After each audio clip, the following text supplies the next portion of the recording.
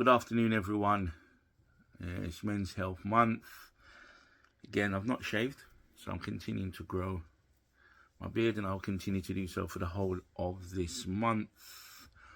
And today I want to put out a post because I'm really dismayed and shocked and upset to hear that a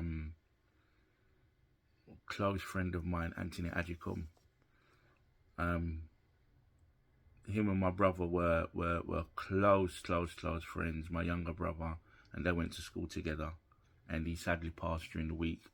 And I'd like to shout out condolences to him and his family. And I just want to say that off the back of that, how important it is for us to just monitor and check our health. And it's so important that we do that, you know. There are so many things that are afflicting our community, so many health-related issues and factors, and we don't know that by monitoring or checking our health, what impact that can have in terms of we might be able to delay something that is quite serious. And I do remember having a conversation with Errol McKellar, who having a serious conversation with his wife, and she said to him, listen, this snoring is getting out of hand. And he said this many times in public and privately. This snoring is getting out of hand, and I really don't want to hear it no more. And you need to sort this out because you're affecting me, affecting my sleep. You need to go and sort it out. You're my husband, I love you, but you know what? This snoring thing, it's long in it.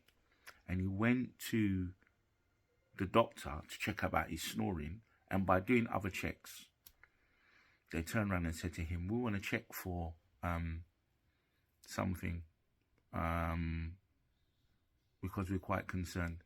And he went for further tests, and he came back and they said, you've got prostate cancer. And Errol was like, nah, man, you're joking. And now, how many years later, he's now an ambassador for the NHS promoting prostate cancer. He addressed his prostate cancer, had successful treatment and operation. He's a cancer survivor now for many years, and he advocates and promotes treatments and cures of prostate cancer, and he's a successful charity and the Errol McKellar Foundation, and he works with people that have had prostate cancer. He works with African and Caribbean men, especially Caribbean men. We've got a high propensity of being victims of prostate cancer. 1 in 8 European white men will have prostate cancer, and 1 in 4 men from the Caribbean background will have prostate cancer. So again, by going to the doctor, his wife was nagging him and he didn't want to go, but by going to the doctor and having a check to see what he could do about his snoring, further tests were made and they identified that he had prostate cancer and they addressed it. So if he didn't go and prostate cancer had accelerated and had gone to an advanced stage, maybe a year later, 2 years later, when that did happen, hypothetically speaking, it could have been too late at that point, had he not gone earlier because of his snoring. So again, Anthony is one of my younger brother's closest friends, Anthony Adjekum, and he's been a famous actor and done a lot of productions for ITV Channel 4, BBC. He's done a lot of independent productions as well. He knows a lot of famous actors and male and female actors. He knows Letitia Wright, who was in Black Panther, and various other actors.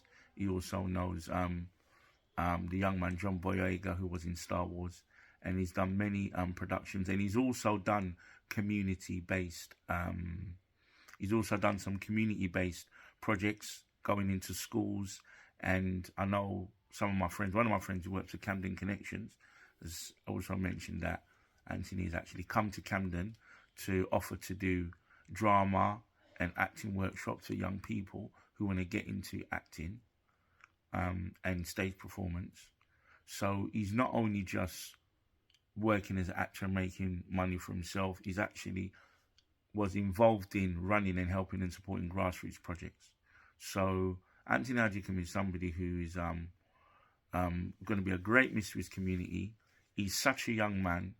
It's actually a travesty that a young man, up and coming actor, performer, and community activist, at his young age, you know, nowhere near 50, has passed away, sadly. And, you know, it's such a travesty. And for young people to, anyone, you know, check your health and be on top of your health and monitor it. And I'm somebody who is really, really guilty of, again, various things that I don't want to do. I'm not comfortable with doing. But, you know, out of frustration and reluctance, I kind of managed to kind of force myself and go. And I need to address that frustration as well. And I know that, especially for men in relation to prostate cancer, there's issues around issues around having the rectal examination. I don't like it. I don't like it, and it makes me feel uncomfortable. But it's something that just needs to be done. If it means being uncomfortable versus potentially losing your life, what are we going to choose, you know? So this is really just a heartfelt kind of video. I'm really kind of doing this impromptu. It's not like a scheduled planned post, even though I'm supposed to do a planned post for men's health. It's not really a scheduled, planned, structured post. It's more like an impromptu post that I'm really just putting in now. Really just as just to kind of just make people aware of various other issues and things that are affecting us, you know. Yeah, that's it for now, guys. For those on my YouTube channel, we'll be covering some more sports. I've got to edit the Mike Tyson footage that I've done the other night. Delays and apologies on the delay of that. And TikTok, Instagram people, you know, hope you listen to my message. And health, you know, and physical activity in relation to health is essential and key to the not just football message. So yeah, that's it for now, people. And let's just try and look after ourselves. Please, people, look after ourselves. And especially black men especially. Please, let's try and look after ourselves and try not to ignore the warning signs and ignore what ignore things that we can potentially avoid, because you can still train and exercise and look after yourself. There are many people who have done that and who have still fallen victim to illness, who have still died and passed out and collapsed and had injuries and illnesses and are not with us. That doesn't necessarily mean that you shouldn't be trying to do it. It doesn't mean that you shouldn't try to eat healthily. It doesn't mean that you shouldn't try to go to the gym and exercise and keep physically fit and active. It's just an inevitability if it does happen and you pass out and you collapse and you become ill. But that's not a reason for you not to try and proactively look after your health and try and exercise and keep physically fit if you can. You know, that's not a reason for you not to do it. Okay? So, yeah, just a heartfelt message. It's kind of like impromptu.